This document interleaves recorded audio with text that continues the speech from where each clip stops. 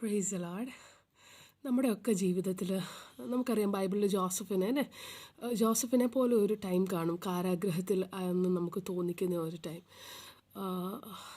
നമുക്ക് യോസഫിൻ്റെ ജീവിതം നോക്കുകയാണെന്നുണ്ടെങ്കിൽ അവന് കാരാഗ്രഹത്തിൽ കടന്നു കുറേ നാളല്ലേ. അപ്പോൾ അവന് ആ ഒരു ടൈമിൽ യോസഫ് തളർന്നു പോകാൻ ഇടയായില്ല, ക്ഷീണിച്ചു പോകാൻ ഇടയായില്ല. കാരണം എന്താ? ദൈവം അവൻ്റെ മനസ്സിലൊരു സ്വപ്നം കൊടുത്തിട്ടുണ്ടായിരുന്നു. ആ ഒരു സ്വപ്നം ആ കാരാഗ്രഹത്തിൽ തീരുന്നതല്ലായിരുന്നു അല്ലേ. നമ്മുടെയൊക്കെ ലൈഫിൽ ഇതുപോലുള്ള ഒരു സിറ്റുവേഷൻ നേരിടുന്ന സമയത്ത് നമ്മൾ തളർന്നു പോകാനല്ല, നമ്മൾ ക്ഷീണിച്ചു പോകാനല്ല, ദൈവം നമ്മളെ ഈ ഒരു സിറ്റുവേഷൻസിലൂടെ കൊണ്ടുപോകുന്നത് ദൈവത്തിന് നമ്മളെപ്പറ്റി ഒരു വലിയ പദ്ധതി ഉള്ളത് കൊണ്ടാണ്. അപ്പോൾ ചില സമയത്ത് നമ്മൾ വിചാരിക്കും, എന്താ ദൈവമേ ഞാൻ ചെയ്യുന്ന ഒരു കാര്യങ്ങളും ഞാൻ ആഗ്രഹിക്കുന്ന ആ ഒരു ലെവലിലോട്ട് എത്താൻ പറ്റാത്ത എൻ്റെ ലൈഫ് എന്തുകൊണ്ടാണ് ഒന്നും ഒരു ഉയർച്ചയും തോന്നാത്ത ഒരു നമ്മൾ തീർന്നു, ദൈവമേ ഇത്രയേ ഉള്ളൂ എൻ്റെ ലൈഫ് എന്ന് ചിന്തിക്കുന്ന സാഹചര്യങ്ങൾ നമ്മുടെ ജീവിതത്തിൽ ചിലപ്പം കടന്നു വരാറുണ്ടായിരിക്കും അല്ലേ, പലപ്പോഴും.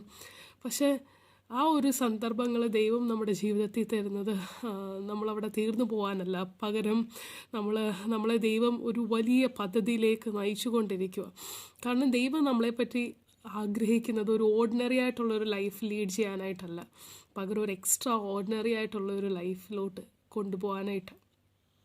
അപ്പോൾ നമുക്കറിയാം, ഒരു കാര്യങ്ങളും നമുക്ക് ഒറ്റയടിക്ക് നേടിയെടുക്കാൻ പറ്റത്തില്ല അല്ലേ. അതിന് ഒരു പ്രോസസ്സിങ് ടൈമുണ്ട് എല്ലാത്തിനും.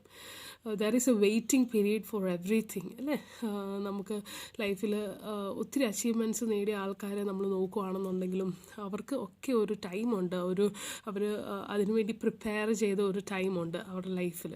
അതുപോലെ ദൈവം നമ്മളെ പ്രിപ്പയർ ചെയ്യുന്ന ഒരു ടൈമാണ് നമ്മൾ കാരാഗ്രഹത്തിലാണെന്ന് തോന്നിക്കുന്ന ആ ഒരു സമയങ്ങൾ. ആ ഒരു സമയത്ത് ദൈവം നമ്മളെ കുറേ കാര്യങ്ങൾ പഠിപ്പിക്കും ലൈഫിലൂടെ, എക്സ്പീരിയൻസിലൂടെ.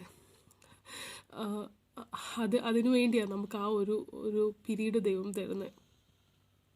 അപ്പോൾ ആ ഒരു സമയത്ത് നമ്മൾ ക്ഷീണിച്ച് പോകാതിരിക്കണമെങ്കിൽ, നമ്മൾ തളർന്നു പോകാതിരിക്കണമെങ്കിൽ, നമ്മുടെ പ്രാണനെക്കാട്ടിൽ അരികിലുള്ള നമ്മുടെ ദൈവത്തിൻ്റെ മുഖത്തേക്ക് നമ്മൾ നോക്കണം. എങ്കിൽ മാത്രമേ നമുക്ക് ഈ ഒരു സിറ്റുവേഷൻസിൽ തളർന്നു പോകാതിരിക്കാൻ പറ്റത്തുള്ളൂ. അപ്പോൾ നമ്മുടെ ജീവിതത്തിലെ ഓരോ ലൈഫ് എക്സ്പീരിയൻസസ് ദൈവം നൽകുന്നത്, കാരണം നമുക്കറിയാം, ഒരാളൊരു കാര്യം നമ്മുടെ അടുത്ത് പറഞ്ഞു കഴിഞ്ഞാൽ നമുക്കത് വിശ്വസിക്കുന്നതിന് ഒരു പരിധിയുണ്ട് അല്ലേ. പക്ഷേ അത് നമ്മുടെ ലൈഫിൽ എക്സ്പീരിയൻസ് ചെയ്യുവാണെന്നുണ്ടെങ്കിലോ അതൊരു വേറൊരു ലെവലാണ് അല്ലേ. അപ്പോൾ ആ ഒരു ലെവലിലോട്ട് ദൈവം നമ്മളെ കൊണ്ടുപോകാനായിട്ട് ആഗ്രഹിക്കുന്നു. നമ്മുടെ ഒരു സമയമുണ്ട് ദൈവം പറയും, നീ ഈ ഒരു ഓർഡിനറി ലൈഫ് ലീഡ് ചെയ്തത് മതി, നിന്നെ ഞാനൊരു അടുത്ത ലെവലിലോട്ട് കൊണ്ടുപോകാമെന്ന് ദൈവം പറയുന്ന ഒരു സമയമുണ്ട്. ആ ഒരു സമയം അതിനുവേണ്ടി നമുക്ക് ദൈവത്തിൽ ആശ്രയിക്കാം. ദൈവം അത് ചെയ്യും നമുക്കറിയാം അല്ലേ.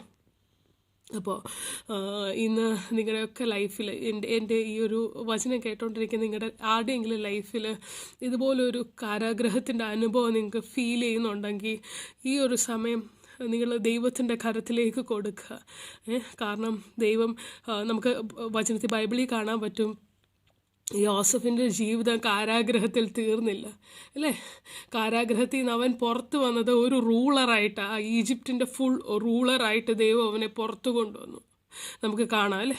അതുപോലെ നമ്മുടെയൊക്കെ കാരാഗ്രഹത്തിൻ്റെ അനുഭവത്തിൽ നിന്ന് നമ്മളെ പുറത്തു കൊണ്ടുവരുന്ന ഒരു ദൈവം നമുക്കുണ്ട്. ആ ദൈവത്തിൻ്റെ മുഖത്തേക്ക് നോക്കാനായിട്ട് കഴിയുമോ?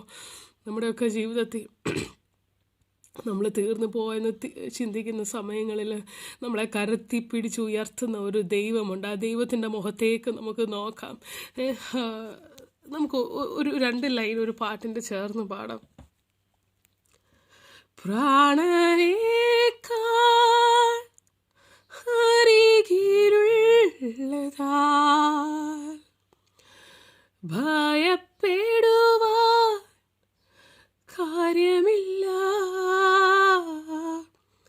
പ്രാണനേക്കാൾ അരികിലുള്ളതാ ഭയപ്പെടുവാൻ കാര്യമില്ല, കണ്ണിൽ തന്നെ നോക്കിയതീനാ തുമ്പ ഭവിച്ചതില്ല. കണ്ണിൽ തന്നെ നോക്കിയതിനാൽ തുമ്പമൊന്നും ഭവിച്ചതില്ല. കണ്ണിൻ മണി പോൽ എന്നെ കരുതും ഉള്ളം കരത്തിൽ എന്നെ വഹിക്കും. തള്ളിക്കളയാതെ മാർവിൽ ചേർക്കും. സ്നേഹമാകും യേശുവേ. കണ്ണിൻ മണി പോൽ എന്നെ കരുതും ഉള്ളം കരത്തിൽ എന്നെ വഹിക്കും. തള്ളിക്കളയാതെ മാർവിൽ ചേർക്കും. സ്നേഹമാകും യേശുവേ. ആമേൻ.